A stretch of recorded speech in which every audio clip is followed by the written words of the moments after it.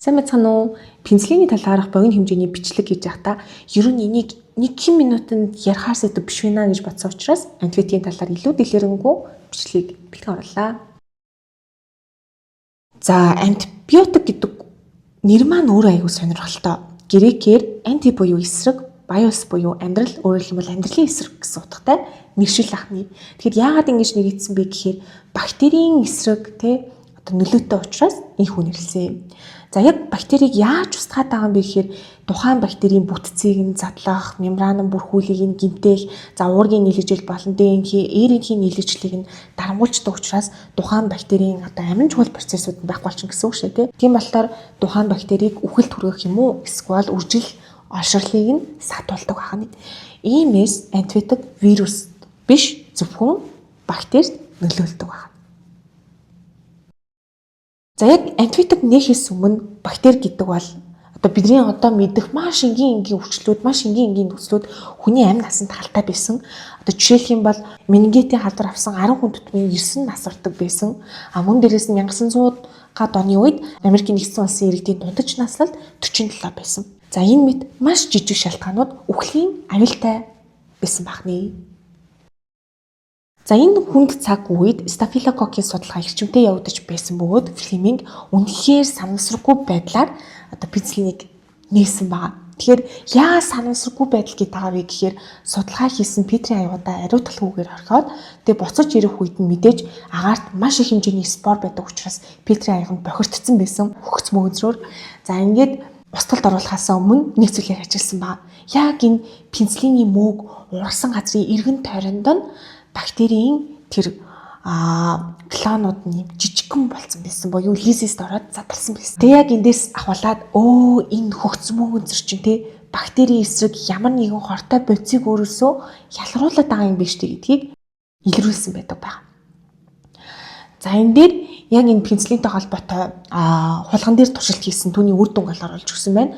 8 хулганыг стафилококкийн халдвартай болгоод тэгээд 4-ийг нь бол ямар нэг эмчилгээ хийгээгүй 4-ийн талаараа зэрэг пенсилинээр тарьсан ба. Тэнгууд пенсилиний инжекшн авсан хулганууд маань амьд үлдээд нөгөө 4 хулган өгсөн байна.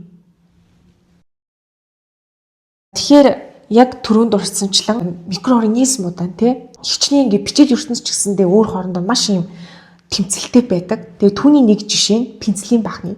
Өөрөөсөө бактерийн ургал төвчлийг дарамгуулах үхэлд хүрэх бодисыг ялгаруулдаг байна. За, ингээд техник зураг дээр халтаараа зэрэг тухайн энэ пенсилиний клон химийн хэмжээнээс жижигэрсэн байгаад дараагийн зураг дээр халтаараа зэрэг яг пенсилиний эргэн тойронд бактеригүй цэвэр зон буюу дарамгууллын зон үүссэн байгаа нь бол ажиглагдаж байна. За, энд хамгийн анх пенсилинийг өөр дээрээ туршуулсан цагдаа Альберт Александрийн зургийг оруулсан байна. Тэгээд түүний яг халдвараа авсан шалтгаан ерөөхдөө бол 2 таамаглалтай байт юм билээ. Эхнийх нь болохоор санамсаргүй байдлаар сарнаан өргөсөнд хацраа эсгээд түүнээсээ болоод цуснд дээр үхлийн аюултай бактери халдварч орсон гэж үздэг юм билээ. Дараагийнх нь болохоор зэрэг 1940 оны 11 сарын 30-нд Германы бөмбөгдөлтийн үеэр цагдаагийн цохилтонд өртөж тэгээд ажил үргээ гүйцэтгэж явсан Александр яг хазар хэсэгтээ гэмтэл аваад тэгээд түүнээс улбатаа цуснд нь халдвар орсон гэж үздэг юм билээ. Тэгээд аль ч тохиолдолд байсан гол түүний амь насыг гэрсэлд оруулсан бактери бол яалтчгүй стафилококк байгаа. Тэгээд эмчилгээний хувьд бол 4 өдрийн турш пенсилинийг тарьсан байлээ. Гайхамшигтай гэвэл 24 цагийн дотор түүний эрүүл мэнд сайжирсан ч гэсэндээ харамсалтай нь эмийн хангамж бага байснаас болоод 1941 оны 3 сарын 14-нд таалал төгссөн гэж бүтгэгдсэн байт юм байлээ. Тэгээд яг эмийн хангамжийг сайжруулахын тулд пенсилинийг их хэмжээгээр буюу масс сүрлэлтийг нь явуулах үйл ажиллагаа эхэлсэн байдаг. За, түрүүний 2 таамагаас хамгийн баталгаатай нь ерөөхдөө бөмбөгдөлтөөс холбоотой шарах гэж үздэг юм байлээ. Энд 21 онд BBC төгссөн ярилцлага болон 22 онд их сургуулийн профессор төгссөн мэдээлэлдээ сарнаан бутнаас болоод шарах авсан гэдэг нь дайны үеийн суртал ухуулга байсан. Яг үндсэн түүх нь бол бөмбөгдөлтөөс нь тэгэхээр ажил үргээ хийж яваад гимтсэн өвөөгийн маань нэр хүндээг ингэж харлуулахгүй яг үнэн зөв мэдээлэл маань дэлгэрээсээ гэсэн ийм ярилцлагыг өгсөн гэсэн тэмдэглэл байт юм байна. За, цаашлаад Флемингийн хувьд пенициллинийг нээсэн ч гэсэндээ 10 жилийн дараа түүнийг хэрэглэх боломжтой болгосон. Судлаач нь Ховард Флори болон Эрнст Чейнар байсан. Ингээд 3 судлаач маань хамтдаа 1945 онд Нобелийн шагналыг хүртэж байжээ.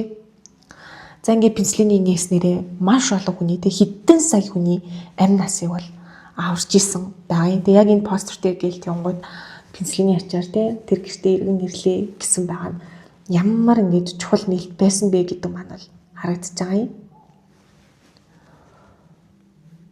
За энэ хүртэл анхааралтай сонссонд баярлалаа. Тэгээ цаашдаа биоархив гэсэн энэ хүү плейлисттэй илүү сонирхолтой мэдээллүүдийг оруулах болно. Баяртай. Өнөөдрөө цугад агараа.